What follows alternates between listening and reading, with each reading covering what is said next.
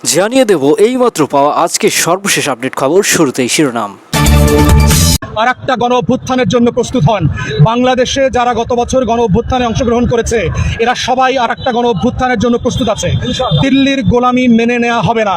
তাদের পতন অনিবার্য হয়ে যাবে। মানুষের মুখে মুখে এই একদিনে কথা উঠে গিয়েছে অলরেডি যে বিএনপি এই একদিনে যেটা শুরু করেছে এটা যদি তারা করতে থাকে তারা 2 বছর ঠিকমতো টিকতে পারবে না।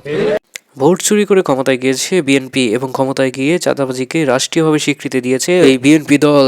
হাসিনার থেকেও ভয়ঙ্করভাবে পতন ঘটবে এই বিএনপি সরকারের বলে জানিয়েছেন বৈষম্যবিরোধী আন্দোলনের সমন্বয়ক এনসিপি যুগ্ম সাধারণ সম্পাদক হাসনাত আব্দুল্লাহ। এই বিষয় নিয়ে রয়েছে বিস্তারিত প্রতিবেদন, জানতে হলে ভিডিওটি শেষ পর্যন্ত দেখুন।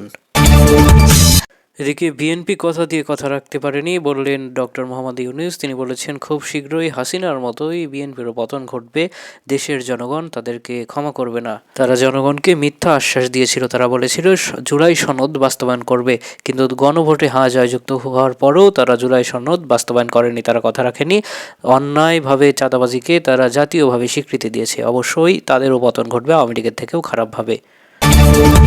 অন্যদিকে মির্জা ফখরুল ইসলাম আলমগীর বলেছেন জনগণ আমাদেরকে ভালোবেসে ভোট দিয়ে জয়যুক্ত করেছে। আমরা ভোট চুরি করে চাঁদাবাজি করে জনগণের গলায় ছুরি ধরে ক্ষমতায় আসেনি। তাই যে যাই বলুক আমরা ক্ষমতায় থাকবো, কেউ আমাদেরকে হটাতে পারবে না। জুলাই বিপ্লবের রক্তের দাগ এখনও শুকায়নি, কিন্তু এর মধ্যেই ক্ষমতার দাপটে অন্ধ হয়ে যাওয়ার অভিযোগ উঠেছে বিএনপির বিরুদ্ধে। সাধারণ মানুষের কণ্ঠস্বরে এখন একটাই সুর, ভোট চুরি আর চাঁদাবাজি, রাজনীতি আর নয়।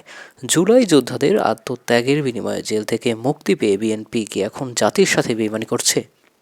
তাহলে কি দেশ জুড়ে সাধারণ মানুষের মাঝে বাড়ছে তীব্র ক্ষোভ? জুলাই সনদের সাথে কি সত্যিই তাহলে তারা বেইমানি করছে? প্রশ্ন রয়ে গেছে। ডক্টর মোহাম্মদ ইউনূসের উদ্ধৃতি দিয়ে সাধারণ মানুষ বলছে বিএনপি কথা দিয়েছিল তারা জুলাই বিপ্লবের আদর্শ বাস্তবায়ন করবে, কিন্তু ক্ষমতা আর আধিপত্যের লোভে তারা আজ সেই জুলাই সনদও ভুলে গেছে। যারা আজ মুক্ত বাতাসে রাজনীতি করছে তারা ভুলে গেছে যে এই সুযোগ করে দিয়েছে একমাত্র ছাত্র জনতা, বৈষম্য বিরোধী ছাত্র আন্দোলন। অথচ আজ সেই জনতার সাথেই তারা গাদ্দারি করছে বলে অভিযোগ উঠে এসেছে। দ্বিতীয় অভিযোগ, চাঁদাবাজি যখন জাতীয় উৎসব, দেশের আনাচে কানাচে এখন ভ্যান চালক, রিক্সা চালক থেকে ক্ষুদ্র ব্যবসায়ী কারো নিস্তার নেই। সাধারণ মানুষের অভিযোগ এটা।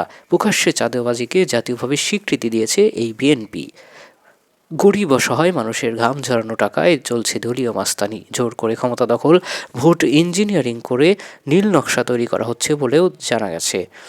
ভ্যান চালিয়ে দিন শেষে যে টাকা পাই তাও যদি ওদের পকেটে দিতে হয়, তবে বিপ্লব হলো কিসের জন্য? ক্ষুব্ধ এক রিক্সা চালকের উক্তি এটি। হাসিনার চেয়েও ভয়ঙ্কর পরিণতির আশঙ্কা করা যাচ্ছে। রাজনৈতিক বিশ্লেষক ও সাধারণ জনগণের মনে করছেন আওয়ামী লীগের পতন ছিল স্রেফ শুরু, কিন্তু বিএনপি যেভাবে বেপরোয়া হয়ে উঠেছে তাদের পতন হবে আরও বেশি করুণ এবং ভয়াবহ। সাধারণ জনগণ এখন ঐক্যবদ্ধ। তারা বলছে শেখ হাসিনাকে যেভাবে বিতাড়িত করা হয়েছে, বিএনপি যদি তাদের চরিত্র না বদলায় তবে তাদের পতন হবে ইতিহাসের সবচেয়ে কলঙ্কিত অধ্যায়। সময় ফুরিয়ে আসছে, জনগণের ধৈর্য যখন বাঁধ ভাঙবে তখন পালানোর পথও খুঁজে পাওয়া যাবে না। বিএনপি কি পারবে তাদের এই চাঁদাবাজ তকমা মুছে জনগণের কাতারে ফিরতে, নাকি ইতিহাসের সবচেয়ে আস্থা করে নিক্ষিপ্ত হবে এরা? আমার নজর রাখবো জনমতের দিকে। দর্শক, আপনাদের কি মতামত?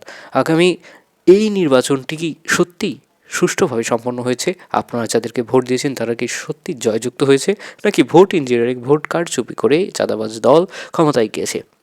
আর হ্যাঁ, আপনি কি মনে করেন বিএনপি একটি চাঁদাবাজ দল? তারা পথে ঘাটে প্রকাশ্যে সাধারণ জনগণ, গরিব অসহায় রিক্সা চালক, ভ্যান চালক, দিনমজুরদের গলায় ছুরি ধরে চাঁদাবাজি করে, নাকি এটি কোনো অন্যায় নয়? আপনি কার পক্ষে? আর হ্যাঁ, অবশ্যই আপনার মূল্যবান মতামত জানাতে ভুলবেন না। এ দেশটা কি শেখ হাসিনার আমলেই ভালো ছিল, নাকি বিএনপির আমলে ভালো চলছে বা চলবে, নাকি জামাত ইসলাম বা এনসিপির হাতে দেশটা ভালো চলবে বলে আপনি মনে করেন? এছাড়াও দেশে এখন সবচেয়ে বেশি কার প্রয়োজন, বা দেশে যে বর্তমান বিএনপি রয়েছে তারা কি দেশের উন্নয়ন করতে পারবে আওয়ামী লীগের থেকেও, নাকি অনেকের মুখেই শোনা যাচ্ছে এই বিএনপি আওয়ামী লীগকে পুনর্বাসন করবে? আপনি কি চান আওয়ামী লীগ আবার পুনর্বাসন হোক, শেখ হাসিনা আবার ক্ষমতায় আসুক, নাকি শেখ হাসিনার আমলে ভালো ছিল, নাকি মনে করেন শেখ হাসিনা সব থেকে জঘন্য ফ্যাসিবাদ ছিল? আপনার মন্তব্য অবশ্যই কমেন্ট করে জানাতে ভুলবেন না। আর হ্যাঁ, আমাদের কাছে সর্বশেষ সব সত্য খবর পেতে চ্যানেলটি সাবস্ক্রাইব করে পাশেই থাকুন।